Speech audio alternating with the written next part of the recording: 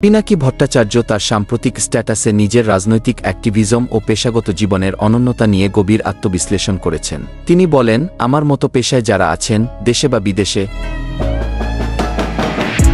কখনো আমার মতো, আমার লেভেলে, আমার মতো ইন্টেন্সিটিতে, ক্ষমতার সাথে মুখোমুখি সংঘাতের অ্যাক্টিভিজম করবেন না। আপনি দ্বিতীয় কোনো ব্যক্তিকে দেখাতে পারবেন না যে এই কাজ করে বা করেছে কি। তিনি আরও উল্লেখ করেন, এই অ্যাক্টিভিজমের স্ট্রেস কেন একজন মাল্টিন্যাশনালের সিনিয়র এক্সিকিউটিভ নেবেন। এই ভয়াবহ লেভেলের শত্রুতা রাজনৈতিক দলের শীর্ষ নেতারা নেন শুধু। একজন রাজনৈতিক দলের বাইরের মানুষের এই ভূমিকা নেওয়ার কোনো কারণ নাই। সে ক্ষমতাতেও যাবে না, সরকারের অংশ হবে না কি। তিনি বলেন, আমার মতো দিনে 3 থেকে 4 ঘন্টার ঘুম দিয়ে জীবনীশক্তিকে কেন সে শেষ করবে? আসলেই কোনো কারণ নাই। পিনাকি ভট্টাচার্য আরও বলেন, আমার মতো বৈচিত্র্যময় রাজনৈতিক জীবনের কেউ কি আসলে পেশায় এই জায়গায় আসতে পারে? হ্যাঁ, তা হয়তো পারে, কিন্তু সেই সংখ্যা নগণ্য, খুবই নগণ্য, হাতে গোনা।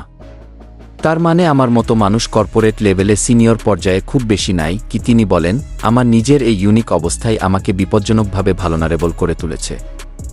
একটা জিনিস ভেবে দেখেন তো, বাংলাদেশ মাইনাস পিনাকি ঠিক কেমন হবে?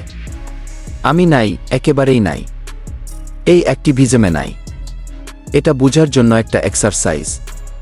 হ্যাঁ, অনেকেই খুব খুশি হবে, আনন্দ করবে, কিন্তু বাংলাদেশের রাজনৈতিক ল্যান্ডস্কেপে কোনো ছাপ পড়বে না। তিনি বলেন, যদি না পড়ে তাহলে আমি বেঁচে গেলাম, কিন্তু সত্যিই যদি কোনো ইম্প্যাক্ট পড়ে তাহলে আমি বিরাট বিপদের মুখে আছি। ঠিক কি না?